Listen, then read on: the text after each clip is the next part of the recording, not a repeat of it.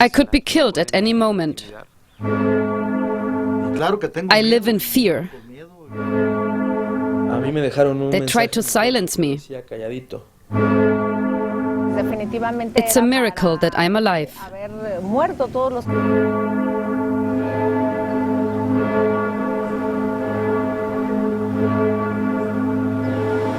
Morelia, quaint, historic city in the heart of Mexico. A UNESCO World Heritage Site, known for its grand cathedral and its well-preserved colonial buildings. But Morelia also has a dark side. The picturesque facade barely conceals a blood-stained reality of ever-present violence. September 15, 2008, the eve of Mexico's Independence Day. Morelia's central plaza was filled with revelers. Journalist Francisco Castellanos remembers. Viva Mexico, cheered the governor. And right after, bang, an explosion. But there were fireworks going on, so nobody paid attention. Then all of a sudden, there was blood everywhere. That's when we realized that something had happened. Morelia lost its innocence that night. 8 people were killed, more than 100 injured. A brutal warning from organized crime. We run this city, and they still do. Before, there would always be lots of people here on a Sunday afternoon. Look around you. There's hardly anyone now.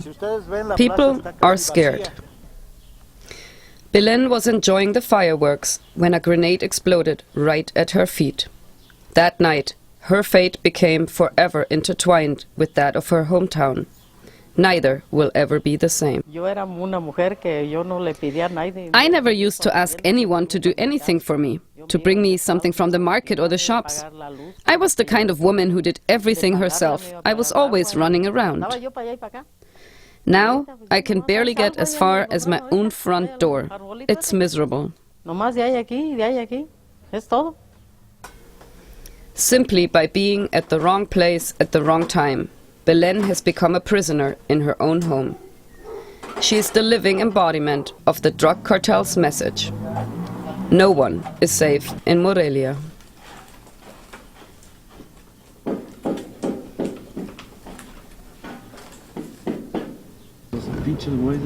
Francisco has been a journalist in Morelia for more than 4 decades. For years, he covered sports and cultural events, along with other stories. Now, he says, all he ever writes about is the violence. Mexico is drowning in the blood of innocent people. Morelia's problem is a strategic location. The cartels are fighting over territory here. When President Calderón declared a war on the cartels shortly after his election in 2006, Morelia was the first place he sent the army. Overall, more than 50,000 soldiers were sent into the fight against organized crime all over the country.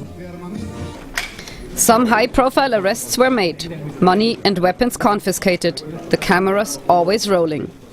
None of it brought an end to the violence, to the contrary. The effort backfired. The cartels hit back with more brutality than ever. The bloodshed took on a new dimension. No longer do drug gangsters, known as narcos, just kill each other. They now massacre indiscriminately, displaying their victims for everyone to see. Sadistic cruelty is their calling card. More than 50,000 people have already died in this war that has no clear front lines. Corruption has undermined public institutions. Politicians and policemen have sold their loyalty to the highest bidder. Ordinary Mexicans pay the price. Like Cristina and the others who come to Morelia's plaza every Sunday with pictures of their fathers, sons, brothers. They were lawyers, journalists or activists who disappeared without a trace, simply because they were inconvenient to somebody. Fear has become the currency of our country. Even the military participates.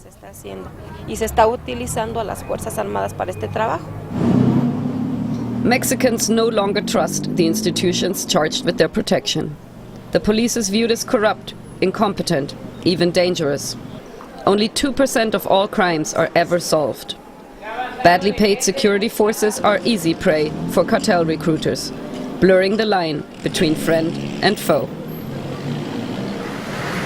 The National Armed Forces were thought to be more professional. That's why they were called out to take on the cartels. But even some of them fell prey to the lure of the cartel's money. Today, there are hundreds of documented cases of murder, kidnapping and torture at the hands of soldiers. With no one to turn to for protection, many have had no choice but to run. Rapé's political cartoons were a regular feature in many big Mexican papers, until someone took offense.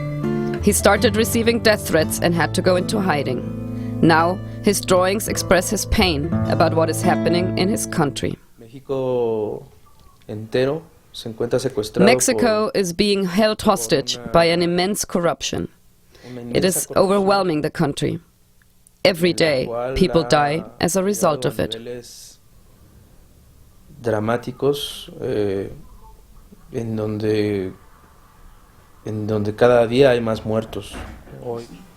Many of the victims are journalists. Mexico tops the list of the world's most dangerous places for reporters. During the past month in Rapé's home state, Veracruz alone, 4 of his colleagues were brutally murdered. Those that speak out against the situation are threatened, persecuted, and driven into exile. The only ones that are left behind are those that don't have the guts to expose the truth. Some have gone as far as selling their voice to the highest bidder, to politicians, gangsters, whomever. They won't bite the hand that feeds them. So all you get is "Long live the king," whomever their king happens to be at that time. Miguel Diaz is one of the few outspoken journalists left in Veracruz. He describes the situation.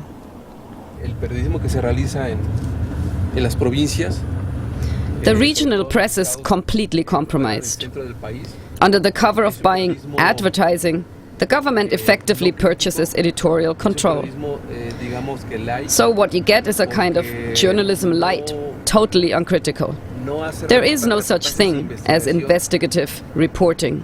Una porque desafortunadamente el gobierno tiene comprado el editorial del medio de comunicación.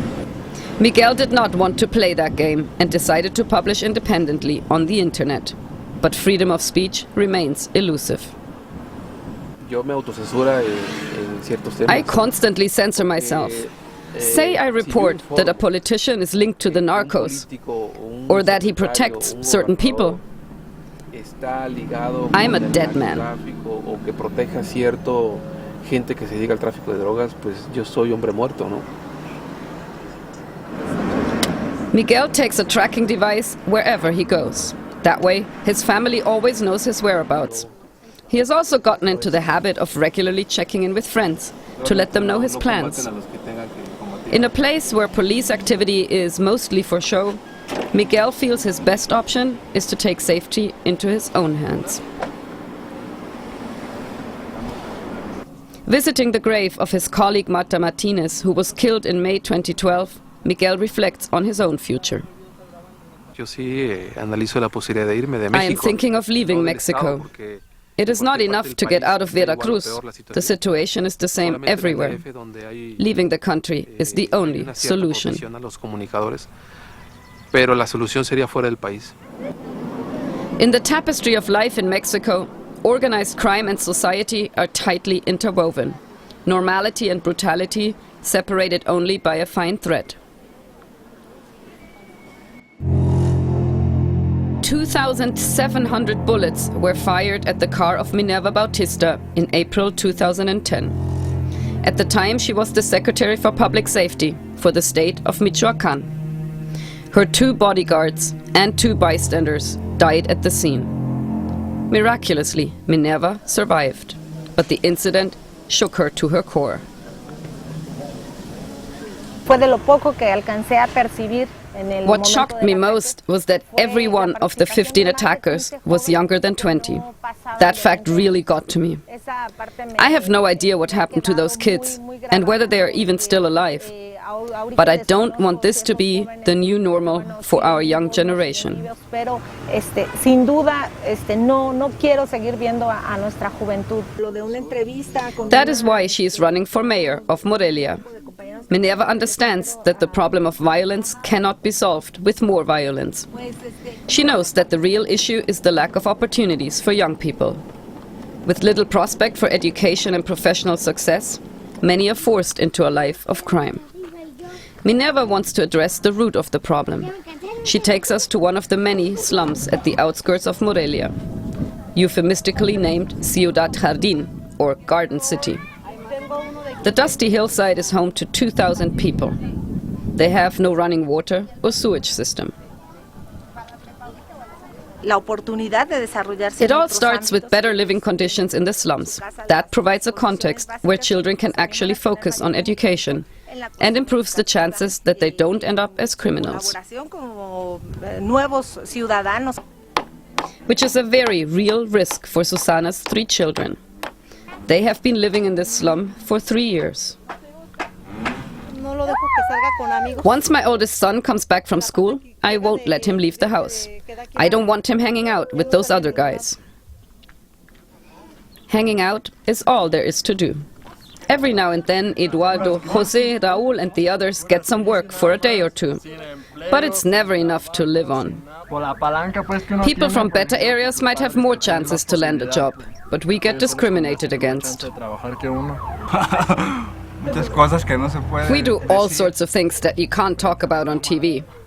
That's just the way it is in Mexico. There is no work. That's why there's so much crime. The cartels can recruit anyone they want.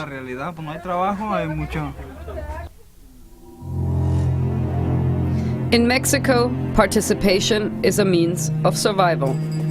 Making money, securing political influence, or simply not becoming a target. All of it requires getting into bed with organized crime. Francisco knows this, and yet he refuses to keep his mouth shut. His tireless reporting on cartels and corruption has brought him many prizes, but also puts him at risk continuously. He has already been kidnapped twice. His life has been threatened countless times, like during this recorded phone call.